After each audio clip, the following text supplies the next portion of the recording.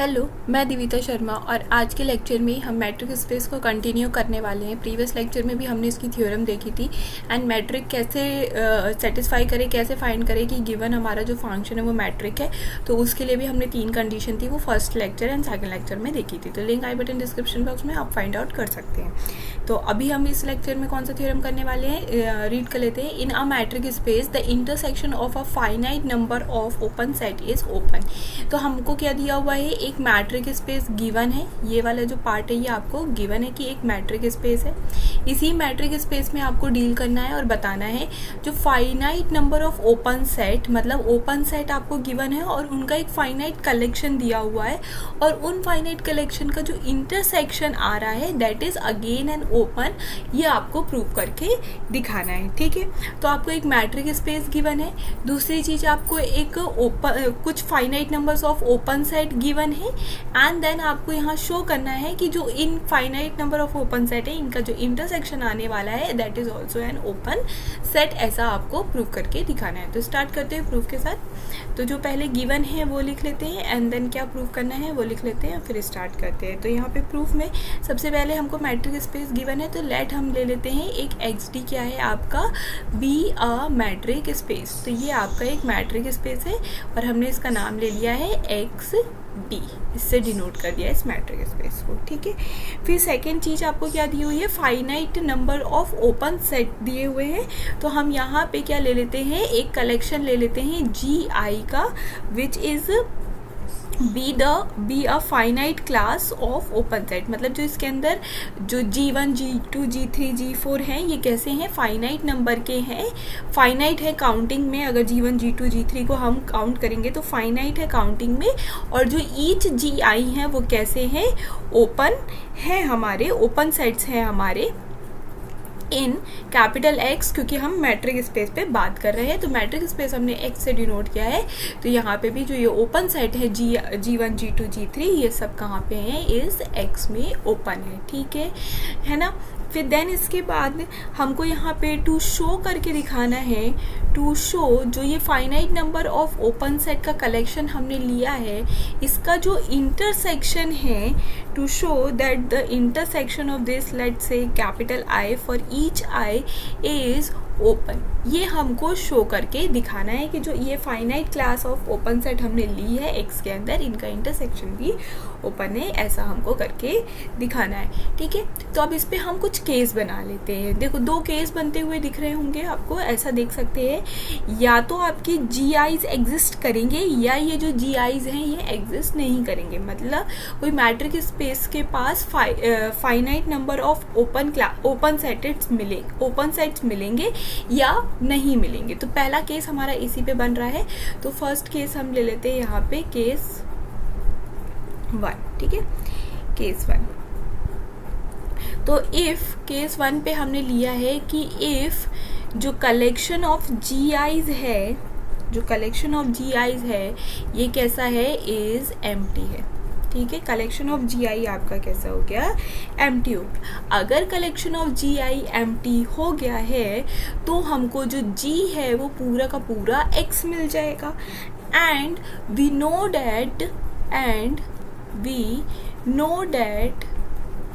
Full set is open, ठीक है। तो दिस एम्प्लाइज हमारे पास क्या मिलेगा, जो G है वो कैसा बन जाएगा, ओपन बन जाएगा। तो इस पर्टिकुलर केस के लिए हमें जो प्रूफ करना था वो हमने प्रूफ कर लिया कि जो finite collection of an open set है जो कि एग्जिस्ट नहीं हो रहा है वो कैसा है, ओपन है। इसी पे हम केस 2 बनाते हैं कि अब क्या है, जो finite number of open set का जो क्लास है वो एग्जिस्ट कर रहा है, वो नॉन एम्प्टी है ना। तो इफ जो कलेक्शन ऑफ GI है इज नॉन एम्प्टी, ठीक है। अब इस पे भी 2 केस बनेंगे, ठीक है। एंड और ये जो GI का कलेक्शन है इसको हमने एलॉबरेट करके लिखा है। तो क्या मिलेगा हमको, G1, G2, .Gn। और ये n कैसे हैं, कुछ फाइनाइट नंबर है ना, for some positive integer m, ठीक है, क्योंकि हम फाइनाइट लेना था।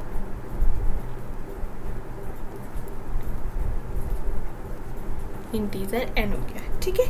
अब हम यहाँ पे और दो कंडीशन ले सकते हैं, या तो ये जो G1 G2 G3 Gn है इनके इंटरसेक्शन में ये एग्जिस्ट तो कर गए, यहाँ पे हमको कुछ finite number of open sets मिल गए जो कि G1 G2 Gn है, बट क्या हो रहा है कि इस पे भी दो सब केसेस बन रहे हैं। तो यहाँ पे हम ले लेते हैं केस सेकंड का A, ठीक है। ये केस सेकंड का ए क्या कह रहा है कि जो इसका इंटरसेक्शन है, ये जो GI का इंटरसेक्शन है वो कैसा है, आपका एम्प्टी है, ठीक है। जो आपने ये finite numbers of open sets लिए हैं इनका जो इंटरसेक्शन है वो कैसा है, एम्प्टी आ गया। अब इनका इंटरसेक्शन एम्प्टी आया है, इसका मतलब ये जो G है वो आपका कैसा हो गया, एम्प्टी हो गया। एंड वी नो दैट कि एम्प्टी सेट इज ओपन, जो भी एम्प्टी सेट होता है वो ओपन होता है। तो दिस एम्प्लाइज इस पर्टिकुलर केस के लिए तो जो G है वो ओपन हो गया, हमको यही प्रूफ करके दिखाना था। तो इस पर्टिकुलर केस के लिए हमने ये चीज प्रूफ कर दी, ठीक है। अब क्या हो कि जब हमने ये finite numbers of open set हमने फाइंड आउट कर लिए हैं, जो कि केस 2 है हमारा, अब उनका जो इंटरसेक्शन है वो नॉन एम्प्टी आ रहा है। एम्प्टी आ रहा है तो हमारा थ्योरम सेटिस्फाइड हो रहा है। बट इफ क्या हो, यहाँ पे कौन सा है, ये आपका केस सेकंड का बी पार्ट, ठीक है। तो केस सेकंड का बी पार्ट क्या है, G इज इक्वल टू में the intersection of these GIs is non empty, ठीक है। ये नॉन एम्प्टी, अब ये नॉन एम्प्टी है, इसका मतलब कोई ना कोई एलिमेंट तो इनके इंटरसेक्शन के अंदर आ रहा होगा। तो हम यहाँ ले लेते हैं लेट एक X है जो इन सब के इंटरसेक्शन के अंदर आ रहा है, इसका मतलब है वो G के अंदर आ रहा है। और ये एलिमेंट कैसा है, आर्बिट्री एलिमेंट है, जो सब इसके अंदर आ रहे हैं ये उनको रिप्रेजेंट कर रहा है। देन हम यहाँ लिख सकते हैं X बिलोंग अगर G के अंदर कर रहा है, दिस इम्प्लाइज कि जो X है वो बिलोंग कर रहा होगा GI के अंदर फॉर ईच आई, ठीक है।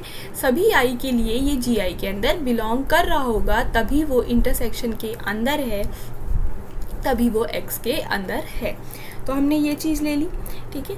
अब दिस एम्प्लाइज अब कोई GI के अंदर है, इसका मतलब है कि for every I there exist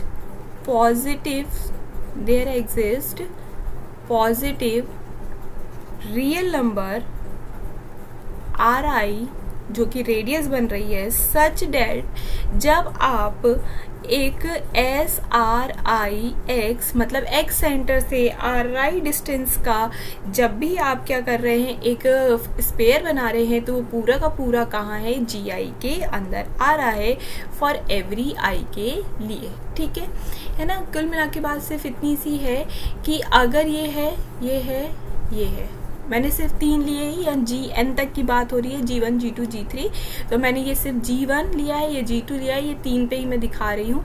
तो कोई जो X है वो आपका इधर है, ठीक है। तो इसका मतलब है अगर ये X कहाँ पे है, G1 के अंदर है, तो उसको एक R1 डिस्टेंस का स्पेयर मिल रहा होगा जो कि G1 के अंदर कंटेन हो रहा होगा पूरा। ऐसे ही G2 के अंदर है तो R2 डिस्टेंस का स्पेयर उसको मिल रहा होगा जो कि कहाँ पे है आपका, उसको किसके अंदर ला रहा है, G2 के अंदर ला रहा है। तो ऐसे हर डिफरेंट GI के लिए हर डिफरेंट रेडियस उसको मिल रही है X को, कि उस पे जब हम स्पेयर बना रहे हैं वो GI के अंदर आ रहा है। क्यों, क्योंकि यहाँ पे हमने लिखा है X is a interior point of each GI, ठीक है। इस कारण से हमने यहाँ पे ये स्टेटमेंट लिख पाए हैं। फिर इसके आगे आते हैं, अब हम क्या करते हैं, ये जितनी भी R हैं इनका हम क्या कर लेते हैं, अब R है इनका हम मिनिमम ले लेते हैं। तो ले लेते हैं this implies there exist a positive real number small r, जो कि क्या होगा आपका minimum of this R1, R2 dot dot dot. ये डिफरेंट रेडियस का मैंने बताया कि स्पेयर मिलेगा, RI रेडियस का स्पेयर मिलेगा जो GI के अंदर ऑलवेज कंटेन होगा। तो उनमें से जो सबसे स्मॉलेस्ट रेडियस होगी उसको हम यहाँ पे क्या ले लेते हैं, ये स्मॉल r से डिनोट कर रहे हैं, ठीक है। सच डेट सच डैट अब जो ये स्मॉलेस्ट रेडियस का जो स्पेयर बनेगा एक्स सेंटर के साथ, वो पूरा का पूरा बाकी सभी स्पेयर आर आई रेडियस के साथ कंटेन करेगा फॉर ईच आई के लिए। ठीक है, ये कुछ इस तरीके से है, मैं आपको फिर से बता देती हूँ। सिर्फ मैं 3 लेके बता रही हूँ, अब 4-5 लेके भी कर सकते हैं। ठीक है, तो अगर हम यहाँ पे x है हमारा, तो अगर मैं ये जो G1 है, ये मान लो कि ये जी, तो G1 के लिए ले तो ये क्या हो जाएगा, R1 रेडियस हो जाएगा। ठीक है, अगर हम यही चीज़ G2 के लिए ले तो हम इस रेडियस का बना सकते हैं। ठीक है, कुछ मतलब मैंने ऐसे रैंडम्स बना लिए हैं, तो ये आप यहाँ पे x को यहाँ पे प्लेस कर दीजिए, यहाँ की वजह यहाँ प्लेस कर दीजिए, एंड देन इस पे ऐसा कुछ रेडियस बना लीजिए। ठीक है, तो थोड़ा समझने की कोशिश करिए, बाकी तो डायग्राम तो ठीक ही है ना। फिर आपको यहाँ पे कुछ मिल जाएगा R2 रेडियस। ऐसे सिमिलरली R3 के लिए भी आप यहाँ पे कुछ इस तरीके से बना सकते हैं। ठीक है, ये R3 के लिए हो गया। ऐसा करते करते एक स्मॉलेस्ट रेडियस मिल रही है आपको यहाँ पे, ये जो छोटी वाली जो अभी मैं ड्रॉ कर रही हूँ, तो ये कैसा हो गया, SRX हो गया, जो कि R मिनिमम के साथ था, जो कि तीनों के अंदर कंटेन हो रहा है। तो ये ऐसा आपको मिलेगा ही मिलेगा, ऐसी ये बात कर रहे हैं और हमने यहाँ पे इसलिए ये चीज़ को लिख लिया है। ठीक है, यहाँ तक पहुँच गए। फिर अगर ये ईच SRI के अंदर बिलोंग कर रहा है, और जस्ट इससे पहले हमने लिखा था कि जो ईच SRI है वो कहाँ कंटेन कर रहे हैं, उसका जो स्पेयर है वो कहाँ कंटेन कर रहा है, GI के अंदर। Let's say this statement B1 and let's say this statement B2, इन दोनों को अब हम क्या करने वाले हैं, कंबाइन करने वाले हैं। तो हम यहाँ लिखेंगे this implies there exist a positive integer, या पॉजिटिव रियल नंबर हम ले रहे हैं तो रियल नंबर ले लेते हैं, positive real number are such that SRX is contained in GI for each I के लिए। ठीक है, तो ये कहाँ से आ गया, बाय 1 and 2। ठीक है, बाय 1 and 2 आपने ये चीज लिख ली। ठीक है, दिस एम्प्लाइज आपको मिलेगा there exist a positive real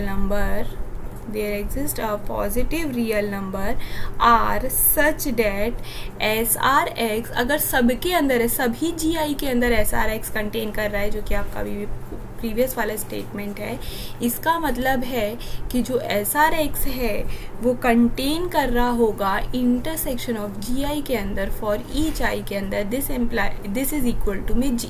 तो दिस एम्प्लाइज जो SRX है वो कहाँ पे कंटेन कर रहा है, पूरा का पूरा G के अंदर, और वो भी पूरे आर्बिट्री X के लिए कंटेन कर रहा है। तो इसका मतलब है जितने भी पॉइंट G के अंदर है वो सब के सब कैसे बन गए, आपके इंटीरियर पॉइंट बन गए। दिस एम्प्लाइज एवरी X या every point of G is an interior point.